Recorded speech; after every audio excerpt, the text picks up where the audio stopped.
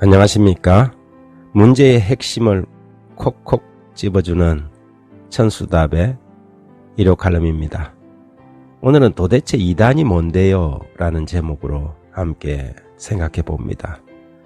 성경을 잘 알지도 못하면서 저에게 거기 이단교회 아닌가요? 라고 묻는 사람이 있었습니다. 그래서 웃으면서 이단이 뭔데요? 라고 대묻자 자기도 모른다고 말합니다. 이단이 뭔지도 모르면서 이단이 아니냐고 물으면 정말 대답할 말이 없지요. 이단, 이교 등 오늘은 이런 용어들이 나온 배경과 역사 속에서 그런 단어들이 어떻게 이용되었는지 한번 살펴보고자 합니다.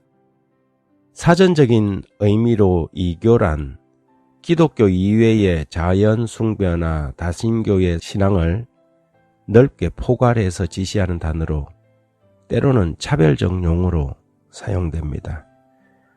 그리고 이단은 보편적인 정통 이론에서 벗어난 교리, 주의, 주장 등을 총칭하는 것이지요. 한마디로 이교는 다른 종교를, 이단은 같은 종교 안에서 정통에서 벗어난 다른 주장을 말하는 것입니다.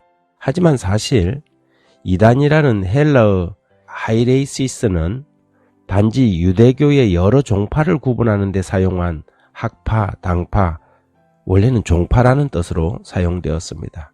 사도행전 5장 17절에 사두개인의 당파라고 말할 때 여기에 사두개인의 당파가 이단이라는 하이레시스입니다. 그런데 점점 이 단어가 다른 종파를 비난하고 차별하는 나쁜 용어로 변해간 것입니다. 이교는 각 종교의 입장에서 보면 자신들과 다른 종교는 다 이교인 셈입니다. 그러나 이단이란 요즘 기독교 안에서 즐겨 사용되는 용어인데 이것은 바울 당시에도 이미 사용되고 있었습니다. 성경에 처음 사용된 용례가 사도행전 24장 5절인데 그 단어는 다름 아닌 예수님과 기독교에 적용된 단어였습니다. 사도행전 24장 5절과 24장 14절에 이렇게 기록되어 있습니다. 우리가 보니 이 사람은 전염병 같은 자라 천하에 흩어진 유대인을 다 소유하게 하는 자요 나사렛 이단의 우두머리라.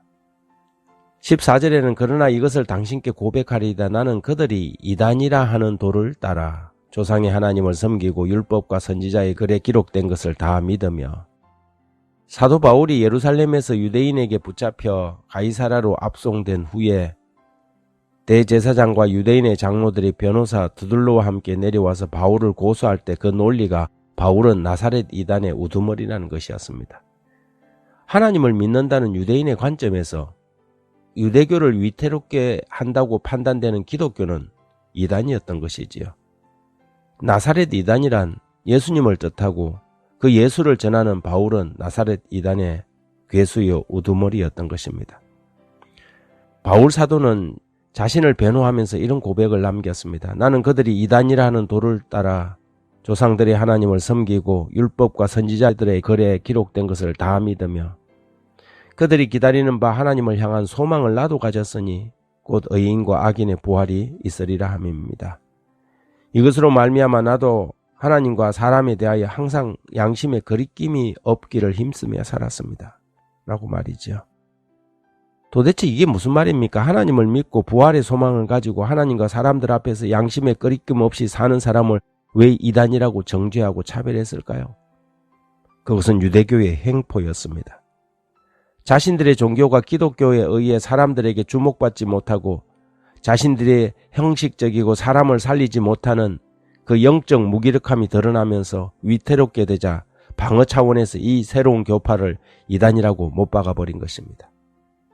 그런데 아이러니하게도 유대인들의 이런 비열한 이단 못 박기가 유대교로부터 이단으로 지적받았던 기독교가 가장 즐겨 사용하고 있는 무기가 되고 말았던 것입니다. 중세 기독교가 세속화되면서 그리고 타락하면서 종교개혁이 일어났을 때 로마 교인 가톨릭은 당시 종교개혁자들을 하나같이 이단이라는 딱지를 붙여서 파문했지요. 화형당한 얀 후스나 츠빙글리, 멜란히톤, 마르틴 루터, 장 깔뱅 등 자신들의 교리에서 벗어난 모든 사람들을 이단이라고 못 박았고 또한 경우에 따라서는 파문해버렸습니다. 서로가 서로를 파문하고 이단으로 정죄한 것이지요.